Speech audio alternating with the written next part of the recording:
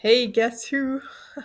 It's Connie again, and the channel you are watching is Gliding Through Blindness, in case you weren't already aware of that. And this topic has been long overdue. I've discussed it a lot before, but there's always more to say. And the topic is artificial intelligence, which has just been going crazy lately. All the advancements and everything, and seems like forever since I've talked about it. I'm not sure how long exactly, but I know a lot has happened because I have a lot of notes here, and so I'm just gonna kind of have to rush through the most important things, but I can do deeper dives if you guys just give me some feedback on what you would want to know more about, and I can actually like show some examples of some of this stuff too, and so yeah, I was hoping to be outside. I can't believe it's like last year I had done several videos already outside, but and it's so funny because this year there are like days when it was like 90 some degrees like Fahrenheit and so but only a couple, and now we're back to cooler than normal. So it's like one extreme to the other. But I know it won't be too much longer. By the way, be sure to check out my recent video, which is all about Meta and the recent updates to the smart glasses. And I gave some examples like of the live translate feature and the new app, which is called Meta AI now, and just some of the most important things about that and navigating it and so on and so forth. So um, it got quite a few views, so I guess people are finding it helpful. So be sure to check it out. So anyway, to our topic today. First, I just have to say that it's surprising how Apple has fallen behind lately, and I know Tim Cook. Um, it seems to be more of like a supply, like just doesn't have the expertise or whatever in or the yeah, I don't know what to say about it really, because they have done a lot of great things, and especially in the accessibility arena, like with iPhone, they were one of the first to or one of the best, I would be a way to put it as well. That they just that's always been a priority for them. So I'm not really sure why they're falling so behind it now or what direction they're going to go next or whatever. But it's just their ecosystem they had too across all their devices was like something unique. But I think Google might be starting to kind of develop more of that type of thing too. But what I didn't never really liked about Apple is just that I think they're way overpriced. Um, like they charge too much for their Mac computer and they charge too much for their phones, and just because I think I can really get the same functionality with my Android, and just like NVDA, I think is just as good as JAWS. And if for a fraction of the price. So I just don't really like that principle in general, that people think just because it's a more limited market that they can charge so much. And I kind of get that in a way, because if there's fewer people buying the product, you have to sell it for higher in order to like be able to stay in business or whatever. But like Apple, I don't think that's the case for them because they already have a pretty huge market. But anyway, and they also are they don't use any data from their users for training purposes, which a lot of people like that, especially if they're more like cautious about privacy concerns and stuff like that. But it puts their product at a severe disadvantage too, compared to um, ones that do share your data for certain purposes or whatnot. So it's just kind of depends on what you're willing to, what you think is important. Like but what I find ironic is people who want their cake and eat it too, like people who want the privacy, but yet they complain when they don't have all of the features and stuff that other software or other countries might have that have fewer regulations. Um, so you kind of have to take your pick, whether you are willing to wait longer and have more privacy, or I mean, sometimes you might not have a choice too. Like if your country, especially, or the state that you live in, um, is more tightly regulated, then you will get some of these features later. Um, but anyway, like with my Android, I have Gemini now, and it's leading on. They just keep their competition is so fierce right now. Like you say, one day they're in the lead, but then the next day, the next thing comes up and take. Like just this week alone, we had Google I/O one day, and then Claude came out with their coding thing, and oh, there was a third one too. Shoot, I can't think of it at the moment. I probably have it written later on in my notes, but like three, it's just overwhelmed because you can't even get used to or even take a good look at all the features that are being talked about in all of these um, shows or demos that they have before the next big thing comes out. And it's oh, so yeah. And like I heard Grok 3.5 is about ready to come out too, and so yeah, it's just a little bit overwhelming, but in a good way. At least for now, in most cases. I mean, it's we have to, I think, if we want our like values, I think it's important to try to stay ahead, but we also need to just make sure to prioritize safety and all that, of course, too. So it can be a difficult balance sometimes. But I heard that Apple isn't going to be rolling out a new version of Siri until sometime next year. So yeah, I'm just surprised by that. Um,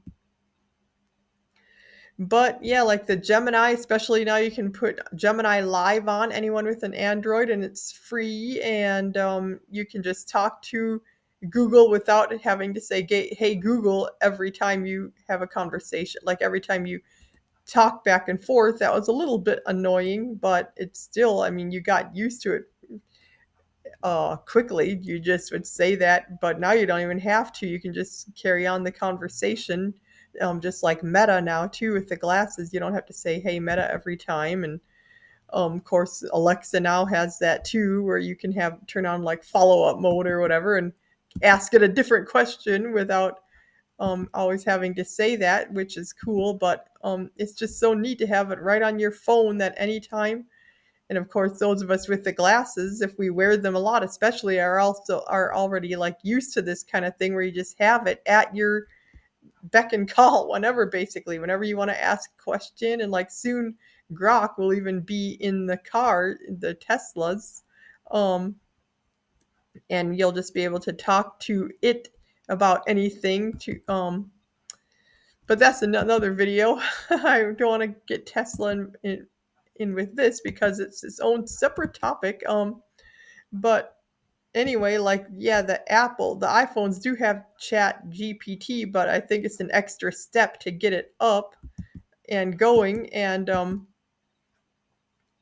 but it's just cool how the Gemini is tied right in with your Google Assistant. And I heard now with this latest version, it might be the paid version of Gemini, but it will like do more things. It sounds like open more apps for you, and probably even perform certain functions on the app. But just even what I have now is very cool. Um, Sometimes you just don't want to do a Google search, although I think even Googling that term is going to become a thing of the past because people are just going to start using these chat bots or AIs or whatever you want to call them, LLMs, which are now becoming more agentic. So I don't know what the new term is going to be, but just the fact that they'll do it for you, so you won't actually be Googling something anymore, quote unquote. You will be like telling your AI what you want them to search. And um, so yeah, that's just pretty cool how much how much faster and more efficient it's just getting. And people just become dependent on this stuff so quickly and take it for granted. It's been kind of crazy. And but like some of these latest updates, now that I heard about just this week, they're charging like $250 per month to get the latest pro update. But apparently they can do that. There's enough people that are willing to pay that price for the premium edition. But the cool thing is that enough of it is still rolling out that is free or very low cost or more reasonable. So you just kind of have just that's kind of the capitalistic system, and which I think is does have more advantages than not, although it definitely has its downside too. But like for these robots that are going to be starting to come out, at first there's going to be people willing to pay like $250,000 for them or whatever just for their business. And I think that's a good thing, even though that means all of us that can't pay that um, have to wait longer. But it also gives the companies much needed the revenue they need to keep going and to keep iterating and training and figuring out how to make cheaper models. But just the market itself will make the product become cheaper as they sell more of them. Um, so that's just how that kind of stuff works. While I'm on the topic, I'll just keep going a little more on this whole humanoid thing. That another reason, because a lot of people say, why does it have to be in human form?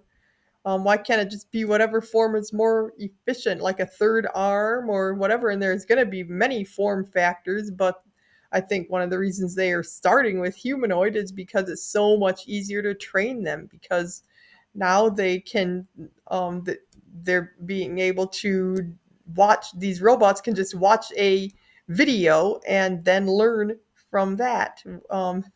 Because of course people are on videos, so if you have the robot with a lot of the same functionality as a human, they're able to learn that way, which is pretty exciting. And um, and it's I'm really interested in Starlink too. Like for our ranch, it would be so cool to have internet all over the ranch instead of just like really close to the house. And I've heard that United Airlines is now getting Starlink, which is pretty cool for their internet. And I use United a lot when I do fly, so I will be curious to, of course, I think it's only free for their frequent flyer, which I'm not a frequent flyer yet anyway. but but I'm sure the rest of us would have access to it. Like I think it was like $10 for internet, which isn't bad at all, and it's just really easy to hook up and stuff in an airplane. But yeah, at first I was going to do a sample conversation with Gemini, but I just kept writing more and more notes as the days went by. So now I have so many that I want to make sure that this video is just going to update, and then I can probably do a whole separate video, probably shorter videos that go into more depth on some of this. But it's just cool how the chatbots though are just infinitely patient, which I think is why they would be so great in a customer service role like this InnoSearch, which I did a video on. And therapy is already like the number one use for it. So like you can say, oh, that's not good because they're not licensed or whatever. But I think now there are getting to be like models coming out that are more trained or whatever, but people are obviously finding value in it. I mean, even if it may not be quote unquote professional, and that the advice might not be like always as good. I mean, people have just used different things for therapeutic type purposes for years, way before like therapy became as popular as it is now, or people who can't afford it or whatever. I mean, there's always some people talk to their pastor, or some people talk to their friends, or some people talk to their chat bot. I think that's just going to be another thing we'll have to get used to. And I've just found it so invaluable. Like, I was thinking about how much easier it would have been, like even when I was um homeschooling my kids and just being a mom in general, if I could have just had that at my fingertips, like to ask for advice, like for people, the kids that were having trouble understanding a certain concept, like explain this to my 8-year old in a way that they can understand it, or just any kind of situation that arose with being a parent, like just to have that at the minute advice without having to like wade through books, or just, yeah, it just would have been so helpful, I think, to have those suggestions right then when you need it, instead of having to wait till that night or whatever, and then you're too exhausted, you don't really feel like doing a whole bunch of reading or whatever. But yeah, so it'll just be interesting though to see how they evolve, because of course we don't want to get to the point where they become more important to us, like our AI, than a real person does. But yet we do have to acknowledge the value that it has. And like, I personally, I think I kind of said this on the video I did about cloning, and which for some reason it didn't get nearly as many views as I thought it should.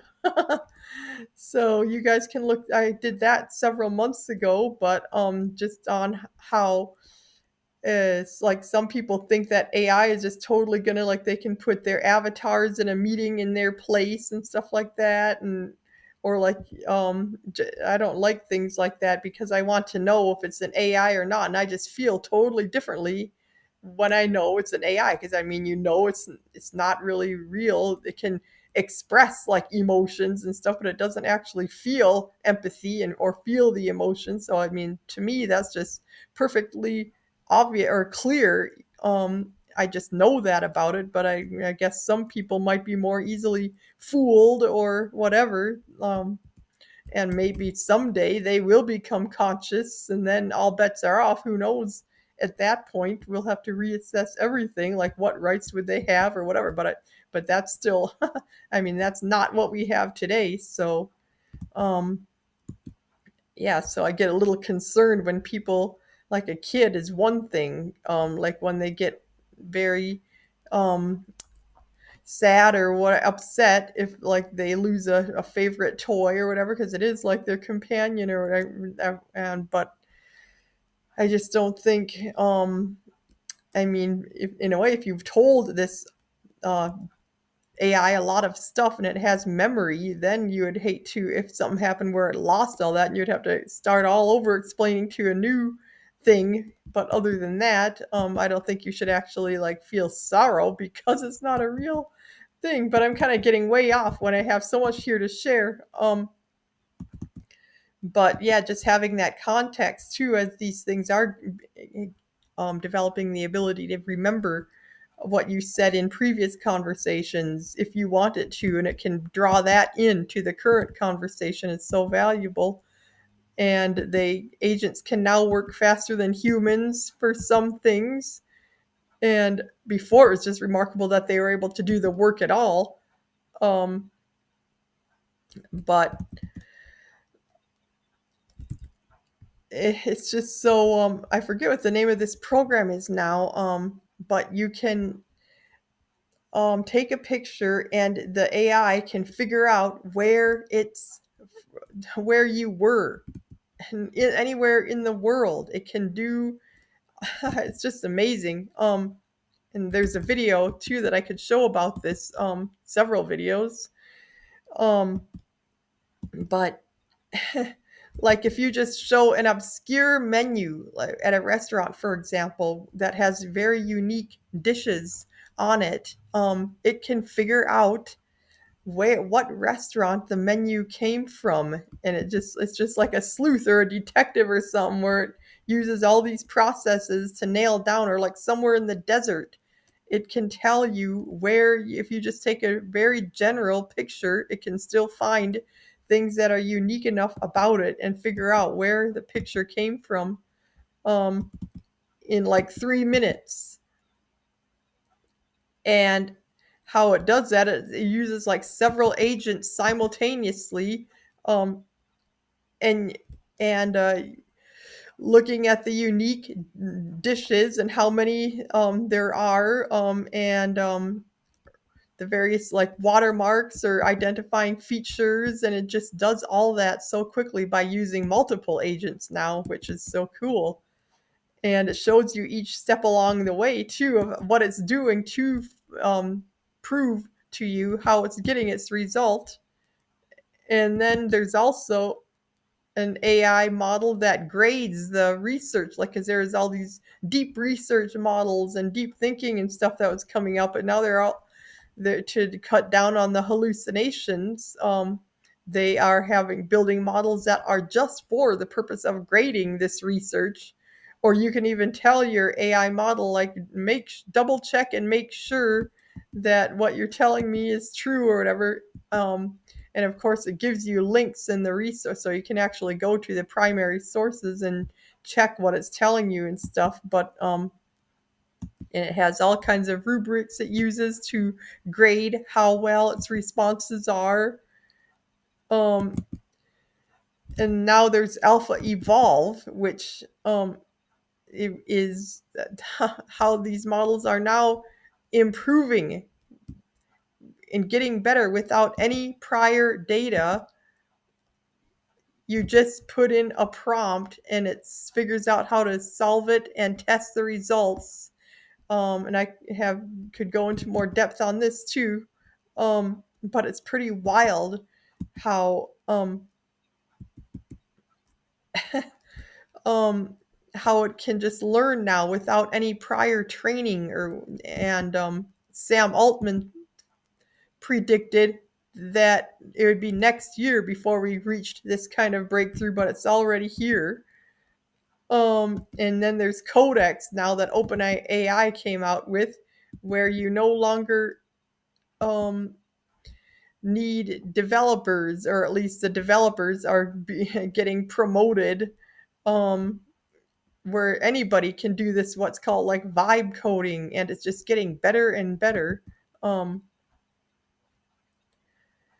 and Gemini has the I forget what they call it, but you just give it a prompt, and yeah, they're VO, I think, yeah, which is their video thing, where it's crazy. Like, just listening to the sound effects is remarkable in and of itself, and I can't even see the video, but that's actually its main function, is the video. But it puts, you can just give it a prompt and it puts dialogue and sound to go with the whatever you just random wild thing you want to say. Like, somebody said, make a video of a tiger made of snow and he is walking in snow or running away from a whatever, and it just, you can just hear the snow crunching and the wind and the whatever animal he's chasing or whatever. And it's so real. And it gives you like four different options, and you can choose the one you like best and keep editing it or whatever. And um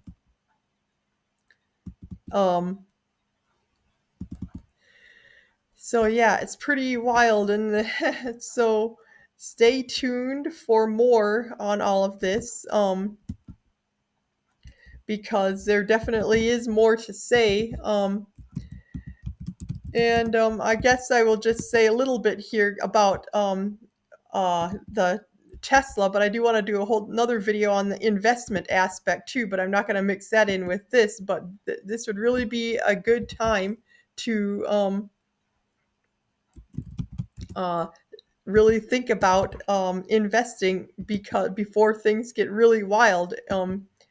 If you into disruptive companies, and I've done videos on all this before, but So that might be my next video. I'm not sure. Because I also want to. Well, there's so many things I want to do on. But yeah, I really believe in um long-term investing, and so they're really expanding their compute and their energy now. And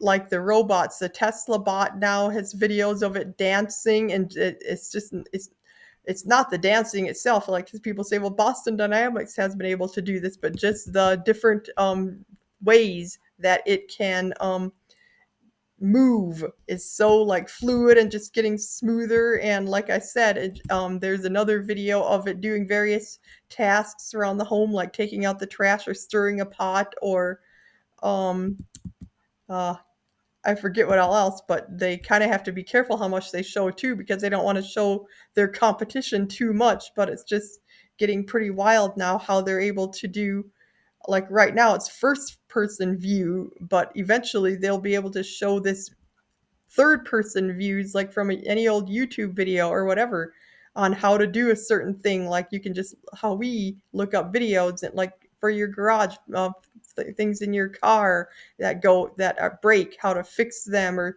just any household, or just any video on YouTube. It will be able to learn from that, which is just so crazy to think about. And the cars now are able to do these crazy roundabouts that are unique. Like in Paris, you can watch videos of that. And now they're doing right hand driving, because they're going to be going to Australia soon. And there's like something called a hook turn, which I forget where that is, but it's a unique place, there's only this one city that has it, but yet Tesla is learning how to do all this stuff. It's pretty crazy. Um, and so they're expanding. Like there's already several countries that they're in, and that learning all the different driving rules for all these different places. So um, yeah, any of this, if you want to learn more about it, I can put it to the top of the priority list. um, and it's just so great at like going around the bikers and the pedestrians that are around it. And a lot of times it spots obstacles and things like that before the human does. Like the human says, why did the car do that? And then they realize, oh, there was this thing in the way that I didn't even see. And like rainy weather doesn't bother it at all. And like the people, of course, they just run right in front of it sometimes, and it manages to, yeah, it's crazy. And like Grok, you'll just be able to say, am I near a restaurant that has vegan options, or has dairy free options? And then eventually with the memory, it will be able to just know, like if it's getting to be supper time, it will take the initiative and say, would you like me to start looking for restaurants as we're driving by that have your favorite food? Or just, yeah, it's just crazy the things it will be able to do. So yeah, anyway, I just think that is all very cool. And I will end this for now, but please do like and subscribe, and tell me what parts of this you found most intriguing.